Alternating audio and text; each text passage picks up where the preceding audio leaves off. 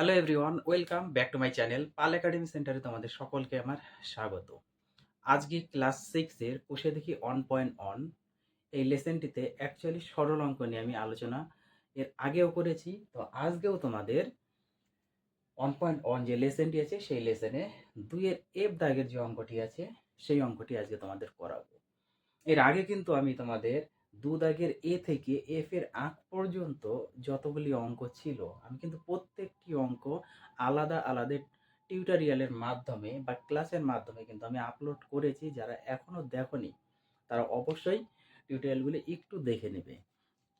তাহলে চলো আমরা বেশি কথা বলবো না, কথা না বলে এই যে অঙ্কটি আছে এই অঙ্কটি আমরা সলভ করব। যদিও আমি লিখে রেখেছি, তোমরা সকলেই দেখতে পাচ্ছ যে 2 দাগের যে এফ নাম্বারটি তোমরা সকলে যদি বোর্ডে একটু খেয়াল করো তাহলে দেখতে পাবে। এই যে সরল অঙ্ক করার ক্ষেত্রে আমরা কিন্তু সকলেই জানি বা তোমরা সকলেই জানো যে প্রথমে কিন্তু অ্যাকচুয়ালি করা হয় আমাদের কিসের কাজ, এটা তোমরা সকলেই জানো। প্রথমে হচ্ছে আমাদের সরল অঙ্কের ক্ষেত্রে ভাগের কাজ করতে হয়, তারপরে করতে হয় আমাদের গুণের কাজ, তারপরে করতে হয় যোগের কাজ, তারপর হচ্ছে বিয়োগের কাজ। এটা আমরা সকলেই জানি। অর্থাৎ চিহ্নের ক্ষেত্রে প্রথমে ভাগের কাজ, তারপর গুণের কাজ, তারপরে যোগের কাজ, তারপরে বিয়োগের কাজ আমরা সকলেই জানি। এবং ব্র্যাকেটের ক্ষেত্রে আমরা কি জানি, প্রথমে ফার্স্ট ব্র্যাকেটের কাজ করতে হয়, তারপর সেকেন্ড ব্র্যাকেট, তারপর থার্ড ব্র্যাকেট। এটা আমরা সকলেই জানি, এটা নিয়ে কারো কোথাও সমস্যা নেই। এখন যদি অঙ্কটিতে খেয়াল করো তাহলে তোমরা সবার আগে যে কাজটি করবে আমাদের হচ্ছে ফার্স্ট ব্র্যাকেটের কাজ করতে হবে। এবং ফার্স্ট ব্র্যাকেটের মধ্যে যদি একটু তোমরা খেয়াল করো তাহলে দেখতে পাবে যে এই যে 11+3 যে দুটো ডিজিট দেওয়া আছে সেই ডিজিটের উপরে কিন্তু একটি দাগ দেওয়া আছে। তার মানে আমাদের এই অঙ্ক থেকে বোঝাতে চেয়েছে যে প্রথমে এই দাগে কাজটুকু আমাদের করতে হবে। পরিষ্কার বুঝতে পেরেছো তোমরা? তাহলে এখন আমরা একটু সলভ করি অঙ্কটি। দেখো, প্রথমে আমাদের 4 আছে, 4 থাকবে, 4 থেকে গেল ইন্টু থার্ড ব্র্যাকেট আমরা দিব 24 বসবে, মাইনাস সেকেন্ড ব্র্যাকেট বসবে, ফার্স্ট ব্র্যাকেটও বসবে। ফার্স্ট ব্র্যাকেটে প্রথমে 110 বসে যাবে, ওকে। মাইনাস এই যে দাগ 11+3 এই দাগের প্রথমে আমরা করব, তাহলে 11+3 মানে 14 দাগের আমাদের হয়ে গেল।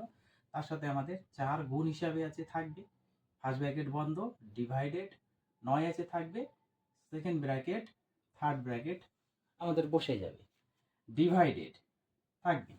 এখন কথা হলো এই যে 2 এর 9 এই ধরনের অঙ্ক কিন্তু আমি করেছি। যখন এর কথাটি থাকে তখন কি হয়, সেটি গুণ লিখতে হয়।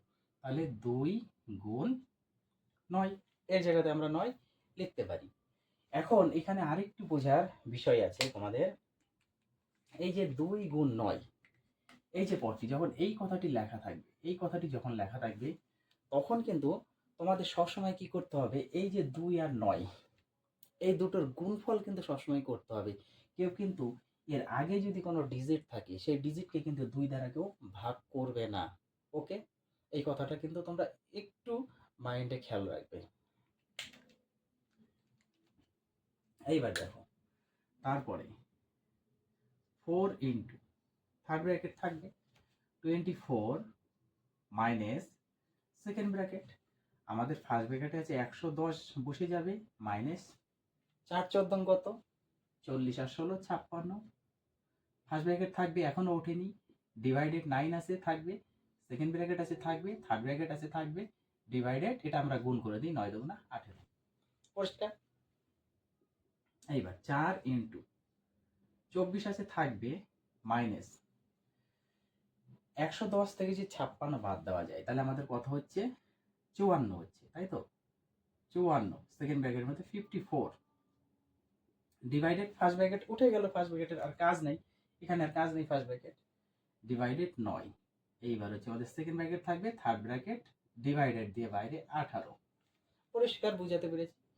এইবার দেখো 4 ইন্টু 24 মাইনাস, এখন সেকেন্ড ব্র্যাকেটে আমরা কাজ করব, ফার্স্ট ব্র্যাকেটের কাজ আমাদের হয়ে গেছে, তাহলে 54-কে 9 দ্বারা ভাগ করলে কত? 9 ঘর নামতা পড়ো 6 9 54, তার মানে এটা ভাগ করলে আমাদের 6 হবে। সেকেন্ড ব্র্যাকেটের কাজ হয়ে গেল। এবার থার্ড ব্র্যাকেট ডিভাইডেড 18। এবার দেখো 4 ইন্টু কত হচ্ছে? 24 থেকে 6 যদি যায়, 24 থেকে যদি 6 আমরা বিয়োগ করে দিই বা 6 যদি চলে যায়, তাহলে কত থাকে আমাদের? এখান থেকে 18 আর 6 হচ্ছে 24 ডিভাইডেড 18। তাহলে 18 ডিভাইডেড 18 আমরা কি জানি? আমরা জানি যে সরল অঙ্কের ক্ষেত্রে সবার আগে আমাদের কোয়ার কাজ এই যে এইটার কাজ, অর্থাৎ আমাদের ভাগের কাজ। তার মানে আমাদের গুণ করলে আগে চলবে না, তাহলে আমাদের আগে ভাগের কাজটা করে নিতে হবে। তাহলে ভাগের কাজ যদি আমরা করি, তাহলে এখানে দাঁড়াচ্ছে কত? 4 ইন্টু 18-কে 18 দ্বারা ভাগ করলে 1। পরের লাইনে 4 ইন্টু 1 সমান সমান 4। অর্থাৎ তোমাদের 2-এর F নাম্বার অঙ্কের অ্যান্সার বেরিয়ে গেছে 4। আশা করি এই অঙ্কটি নিয়ে কারো কোথাও কোনো রকম সমস্যা হওয়ার কথা না।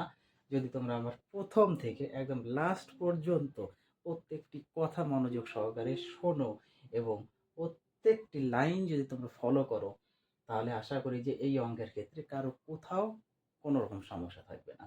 ওকে, তাহলে 7 নম্বর অঙ্কে F নাম্বার অঙ্কে তাহলে তোমাদের পুরা অ্যান্সার বেরিয়ে গেল 4। এরপরে তোমাদের F এর পর G নাম্বার যে অঙ্কটি আছে সেই অঙ্কটি অন্য টিউটোরিয়ালে তোমাদের আমি করিয়ে দেবো। তাহলে আজকের মতো এখানেই শেষ করছি। আবার দেখা হচ্ছে তোমাদের পরবর্তী পার্টে।